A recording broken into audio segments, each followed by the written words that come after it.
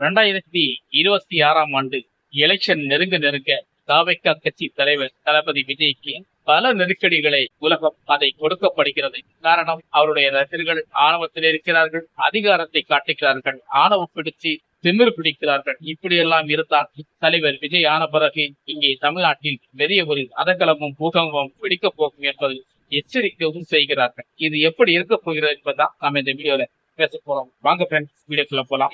ஒருத்தர் மேல நீங்க விசுவாசம் காட்டுறதுக்காக இன்னொருத்தரையும் அசிங்கப்படுத்துறீங்க. அனைவருக்கும் வணக்கம். தாவேகா கட்சி தலைவரை பொறுத்தவரைக்கும் அவருடைய ரசிகர்களை எப்படி நடத்துகிறார், எப்படி நடத்திக் கொண்டு செல்கிறார் என்பதற்கான சில விளக்கங்கள் நமக்கு இன்னும் வரைக்கும் அதை பிடிக்கிட்டாத ஒரு சூழ்நிலை தான் தள்ளப்படுகிறோம். எப்போதும் அவர் ஏதாவது ஒரு ஸ்டெப் எடுத்தானா அங்க ஏதாவது ஒரு ஆபத்து நிறந்துட்டு தான் இருக்கு. அதை வச்சு தாவேகா கட்சி தலைவரை தமிழ் அரசியல் பற்றி அதை கொஞ்சம் தலை உருண்டப்படுகிறது என்பதுதான் சொல்ல முடியும். ஏன்னா 2026 நெருங்க தாவேகா கட்சி தலைவர் அவருடைய முனைப்புகள் மக்களுக்கு பெரிய அளவுல தெரிய மற்ற கட்சிகள் கொஞ்சம் இலகு வாங்கிதான் நிற்கிறது என்று நமக்கு தெரிகிறது. அதனால்தான் தாவேகா கட்சி தலைவர்களின் தாவேகா கட்சி ரசிகர்களை இருந்து ஆணவத்தில் இருக்கிறார்கள், அதிகாரத்தை காட்டுகிறார்கள், அவர்களுக்கு திமிர்கள் ரொம்ப ஜாஸ்தி அப்படி என்று பல விஷயங்களை பல தாறுமாறான பல சம்பவங்களை சொல்லிட்டே வர்றாங்க.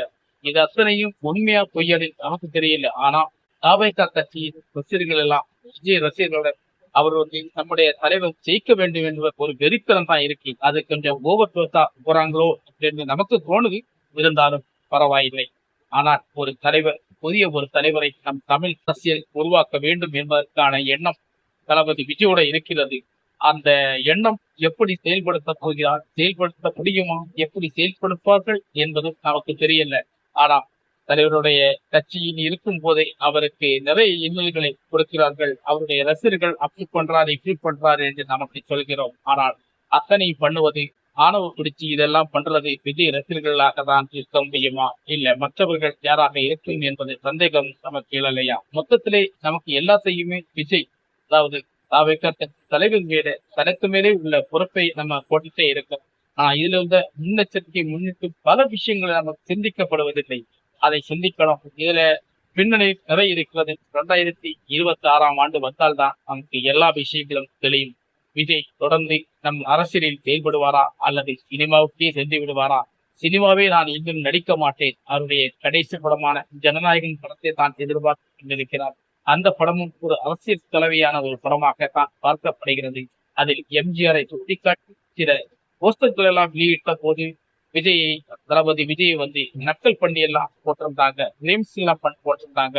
முக்கியமாக அவருக்கு பல விஷயங்கள் சொல்லி இது பண்ணி கேவலப்படுத்தினாங்க.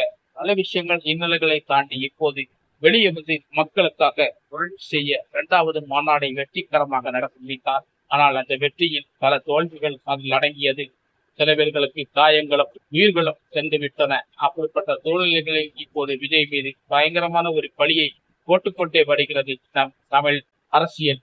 இந்த அரசியலுக்கு வேற வேலை இல்லை என்றுதான் சொல்ல வேண்டும். பல விஷயங்களில் பல காரணங்களுக்கும் அதற்கு தலைவர் விஜய் மீதுதான் அவர்கள் பழி செலுத்த காத்திருக்கிறது என்பது உண்மை. ஏன்னா 2026 முடியும் வரை அவருக்கு கொடைஞ்சல் இருக்கத்தான் செய்யும். கொடைச்சலுக்கு கொடுத்து கொண்டுதான் இருப்பார்கள். இதுதான் நம் தமிழக அரசாங்கம் அரசியல் என்பதை நமக்கு இன்றல்ல நேற்றல்ல என்றோ நம்ம பார்த்து கொண்டு இருக்கிறோம். தமிழக அரசு எப்போதும் ஒரு எரியும் பூனையாகத்தான் செயல்பட்டு கொண்டிருக்கும். அங்கே ஊழல்களும் மக்களுடைய செயல்பாடுகளும் பல வித்தியாசங்களை நமக்கு பார்க்கப்படுகிறது.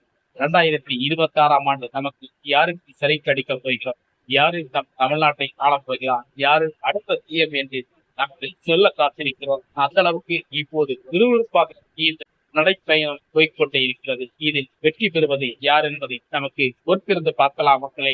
மக்கள் பொறுத்திருந்து பார்த்தா நமக்கு நிறைய விஷயங்கள் நமக்கே கிடைக்கும். ஓகே, இந்த வீடியோ உங்களுக்கு எந்த அளவுக்கு பிடிச்சிருக்கோ உங்களுக்கு தெரியல. ஆனா உங்களுக்கு பிடிச்சிருக்கோ கமெண்ட் பண்ணுங்க, சப்ஸ்கிரைப் பண்ணுங்க, லைக் பண்ணுங்க, ஷேர் பண்ணுங்க. ஓகே, ஒருத்தர் மேல நீங்க விசுவாசம் காட்டுறதுக்காக இன்னொருத்தரையும் அசிங்கப்படுத்துறீங்க.